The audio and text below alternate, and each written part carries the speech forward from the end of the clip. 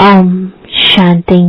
आज 30 नवंबर 2020 बाबा के महावाक्य है, मीठे बच्चे, तन मन धन अथवा मनसा वाचा कर्मणा ऐसी सर्विस करो जो 21 जन्मों का बाप से एवजा मिले, परंतु सर्विस में कभी आपस में अनबनी नहीं होनी चाहिए।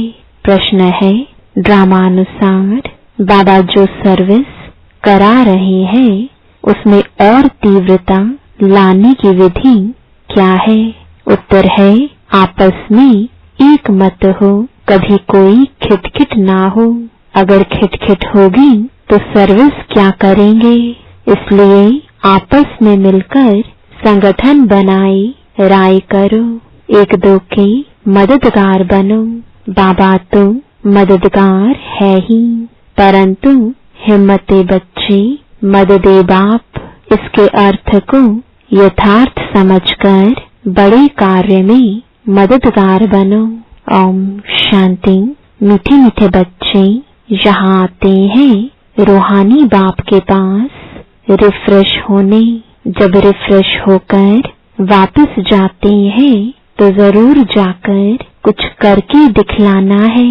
एक एक बच्चे को सर्विस का सबूत देना है। जैसे कोई कोई बच्चे कहते हैं हमारी सेंटर खोलने की दिल है, गाँवों में भी सर्विस करते हैं ना। तो बच्चों को सदैव यह ख्याल रहना चाहिए कि हम मनसा वाचा कर्मणा तन मन धन से ऐसी सर्विस करें जो भविष्य 21 जन्मों का एवजा बाप से मिले। यही होना है। हम सब कुछ करते हैं, कोई को ज्ञान देते हैं। सारा दिन यह ख्यालात आने चाहिए, भल सेंटर खोले, परंतु घर में स्त्री पुरुष की अनबनी नहीं होनी चाहिए, कोई घमसान नहीं चाहिए। सन्यासी लोग घर के घमसान से निकल जाते हैं, डोंट केयर कर चले जाते हैं। फिर गवर्नमेंट उनको रोकती है क्या? वह तो सिर्फ पुरुष ही निकलते हैं। अभी कोई कोई माताएं निकलती हैं जिनका कोई धनी धोड़ी नहीं होता या वैराग्य आ जाता है, उन्हों को भी वो सन्यासी पुरुष लोग बैठ सिखलाते हैं। इन द्वारा अपना धंधा करते हैं, पैसे आदि सारे उनके पास रहते हैं। वास्तव में घर बार छोड़ा तो फिर पैसे रखने की दरकार नहीं रहती। तो अब बाप तुम बच्चों को समझा रहे हैं, हर एक की बुद्धि में आना चाहिए हमको बाप का परिचय देना है। मनुष्य तो कुछ नहीं जानते, बेसमझ है। तुम बच्चों के लिए बाप का फरमान है, मीठे मीठे बच्चों, तुम अपने को आत्मा समझो। सिर्फ पंडित नहीं बनना है, अपना भी कल्याण करना है। याद से सतो प्रधान बनना है, बहुत पुरुषार्थ करना है, नहीं तो बहुत पछताना पड़ेगा। कहते हैं बाबा हम घड़ी घड़ी भूल जाते हैं, संकल्प आ जाते हैं। बाबा कहते हैं वह तो आएंगे ही, तुमको बाप की याद में रहे सतो प्रधान बनना है। आत्मा जो अपवित्र है उनको परमपिता परमात्मा को ही याद कर पवित्र बनना है। बाप ही बच्चों को डायरेक्शन देते हैं, हे फरमान बरदार बच्चों, तुमको फरमान करता हूँ, मुझे याद करो तो तुम्हारे पाप कटेंगे।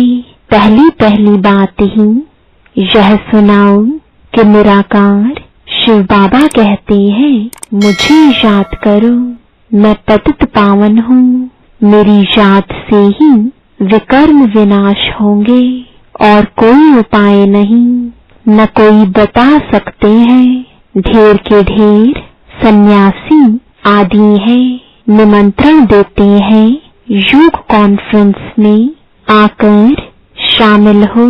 अब उनके हठ योग से किसका कल्याण तो होना नहीं है।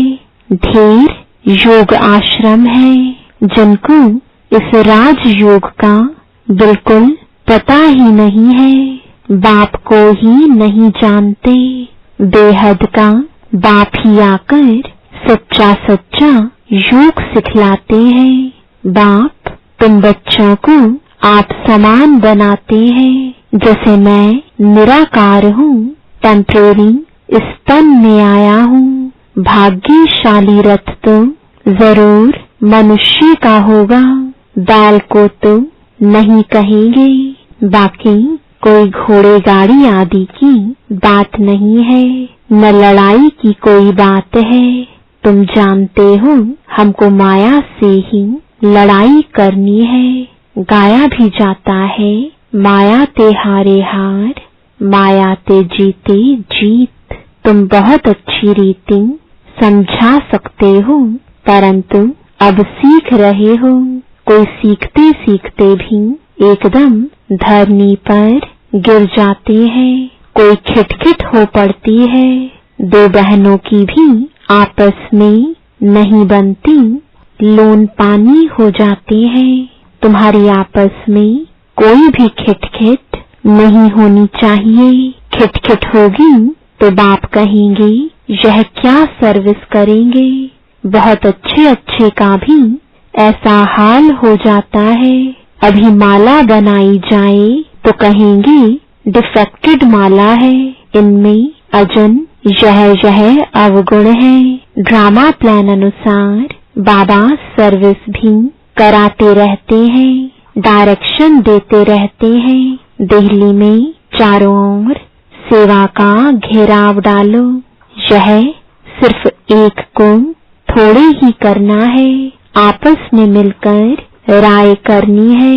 सब एक मत होने चाहिए। बाबा एक है, परंतु मददगार बच्चों बगैर काम थोड़े ही करेंगे। तुम सेंटर्स खोलते हो, मत लेते हो। बाबा पूछते हैं मदद करने वाले हो?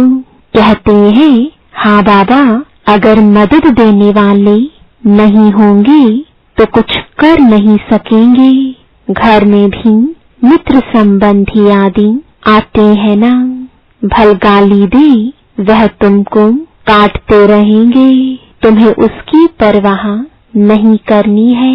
तुम बच्चों को आपस में बैठकर राय करनी चाहिए। जैसे सेंटर्स खोलते हैं तो भी सब मिलकर लिखते हैं बाबा हम ब्राह्मणी की राय से यह काम करते हैं। सिंधी भाषा में कहते हैं ब-12 यानी एक के साथ दो मिलने से 12 हो जाते। 12 होंगे तो और ही अच्छी राय निकलेगी। कहाँ कहाँ एक दो से राय नहीं लेते हैं। अब ऐसे कोई काम हो सकता है क्या? बाबा कहेंगे जब तक तुम्हारा आपस में संगठन ही नहीं तो तुम इतना बड़ा कार्य कैसे कर सकेंगे। छोटी दुकान बड़ी दुकान भी होती है ना, आपस में मिलकर संगठन करते हैं। ऐसे कोई नहीं कहते बाबा आप मदद करो, पहले तो मददगार बनाने चाहिए। फिर बाबा कहते हैं हिम्मते बच्चे मददे बाप, पहले तो अपनी मददगार बनाओ। बाबा हम इतना करते हैं, बाकी आप मदद दो। ऐसे नहीं, पहले आप मदद करो। हिम्मते मर्दा मददे खुदा, उनका भी अर्थ नहीं समझते। पहले तो बच्चों की हिम्मत चाहिए। कौन कौन क्या मदद देते हैं? पोता मेल सारा लिखेंगे फलाने फलाने यह मदद देते हैं, कायदे से लिख कर देंगे। बाकी ऐसे थोड़े ही एक एक कहेंगे हम सेंटर खोलते हैं मदद दो। ऐसे तो बाबा नहीं खोल सकता है क्या? लेकिन ऐसे तो हो नहीं सकता। कमेटी को आपस में मिलना होता है। तुम्हारे में भी नंबरवार है ना? कोई तो बिल्कुल कुछ भी नहीं समझते, कोई बहुत हर्षित होते रहते हैं। बाबा तो समझते हैं इस ज्ञान में बहुत खुशी रहनी चाहिए। एक ही बाप टीचर गुरु मिलता है तो खुशी होनी चाहिए ना। दुनिया में यह बातें कोई नहीं जानते। शिव बाबा ही ज्ञान सागर पतित पावन सर्व का सद्गति दाता है। सबका फादर भी एक है। यह और कोई की बुद्धि में नहीं है। अभी तुम बच्चे जानते हो वही नॉलेजफुल लिबरेटर गाइड है। तो बाप की मत पर चलना पड़े। आपस में मिलकर राय करनी है, खर्चा करना है। एक की मत पर तो नहीं चल सकते। मददगार सब चाहिए, यह भी बुद्धि चाहिए ना। तुम बच्चों को घर घर में मैसेज देना है। पूछते हैं शादी में निमंत्रण मिलता है, जाएं? बाबा कहते हैं क्यों नहीं, जाओ, जाकर अपनी सर्विस करो, बहुतों का कल्याण करो। भाषण भी कर सकते हो। मौत सामने खड़ा है। बाप कहते हैं मामेकम याद करो। यहाँ सब पापात्माएं हैं। बाप को ही गाली देते रहते हैं। बाप से तुमको बेमुख कर देते हैं। गायन भी है विनाश काले विपरीत बुद्धि। किसने कहा? बाप ने खुद कहा है मेरे से प्रीत बुद्धि नहीं है, विनाश काले विपरीत बुद्धि है। मुझे जानते ही नहीं। जिनकी प्रीत बुद्धि है, जो मुझे याद करते हैं, वही विजय पाएंगे। भल प्रीत है परंतु याद नहीं करते हैं तो भी कम पद पा लेंगे। बाप बच्चों को डायरेक्शन देते हैं। मूल बात सबको मैसेज देना है। बाप को याद करो तो पावन बन, पावन दुनिया का मालिक बनो। ड्रामानुसार बाबा को लेना भी बूढ़ा शरीर पड़ता है। वानप्रस्थ में प्रवेश करते हैं। मनुष्य वानप्रस्थ अवस्था में ही भगवान से मिलने के लिए मेहनत करते हैं। भक्ति में तो समझते हैं जब तप आदि करना यह सब भगवान से मिलने के रास्ते हैं। कब मिलेगा वह कुछ पता नहीं। जन्म जन्मांतर भक्ति करते आए हैं। भगवान तो कोई को मिलता ही नहीं। यह नहीं समझते बाबा आएंगे ही तब जब पुरानी दुनिया को नया बनाना होगा। रचयिता बाप ही है। चित्र तो है परंतु त्रिमूर्ति में शिव को नहीं दिखाते हैं। शिव बाबा बिगिर ब्रह्मा विष्णु शंकर दिखाए हैं। जैसे गला कटा हुआ है, बाप के बगैर निधन के बन पड़ते हैं। बाप कहते हैं मैं आकर तुमको धन का बनाता हूँ। 21 जन्म तुम धन के बन जाते हो, कोई तकलीफ नहीं रहती। तुम भी कहेंगे जब तक बाप नहीं मिला है तो हम भी बिल्कुल निधन के तुच्छ बुद्धि थे। पतित पावन कहते हैं परंतु वह कब आएंगे यह नहीं जानते।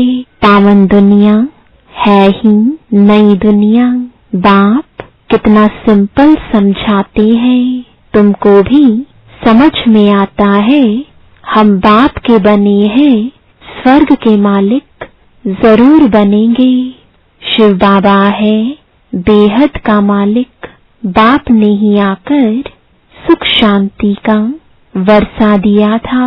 सतयुग में सुख था, बाकी सब आत्माएं शांति धाम में थीं। अब इन बातों को तुम समझते हो। शिव बाबा क्यों आया होगा? जरूर नई दुनिया रचने, पतित को पावन बनाने आए होंगे। ऊंच कार्य किया होगा। मनुष्य बिल्कुल घोर अंधियारे में है।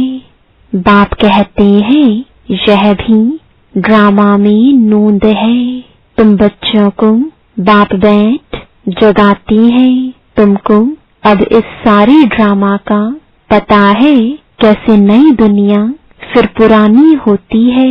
बाप कहते हैं और सब कुछ छोड़ एक बाप को याद करो। हमको कोई से नफरत नहीं आती, यह समझाना पड़ता है। ड्रामानुसार माया का राज्य भी होना है।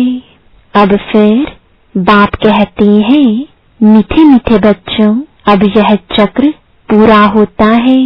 अब तुमको ईश्वरीय मत मिलती है, उस पर चलना है।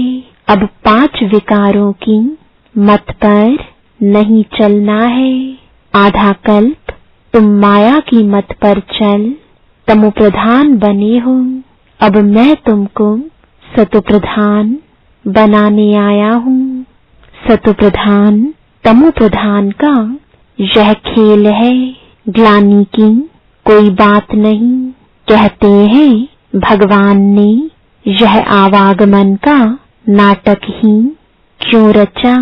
क्यों का सवाल ही नहीं उठता। यह तो ड्रामा का चक्र है जो फिर रिपीट होता रहता है। ड्रामा अनादि है, अभी है कलयुग, सतयुग पास्ट हो गया है। अब फिर बाप आए हैं। बाबा बाबा कहते रहो तो कल्याण होता रहेगा। बाप कहते हैं यह अति गुह्य रमणीक बातें हैं। कहते हैं शेरनी के दूध लिए सोने का बर्तन चाहिए। सोने की बुद्धि कैसे बनेगी? आत्मा में ही बुद्धि है ना। आत्मा कहती है मेरी बुद्धि अब बाबा तरफ है।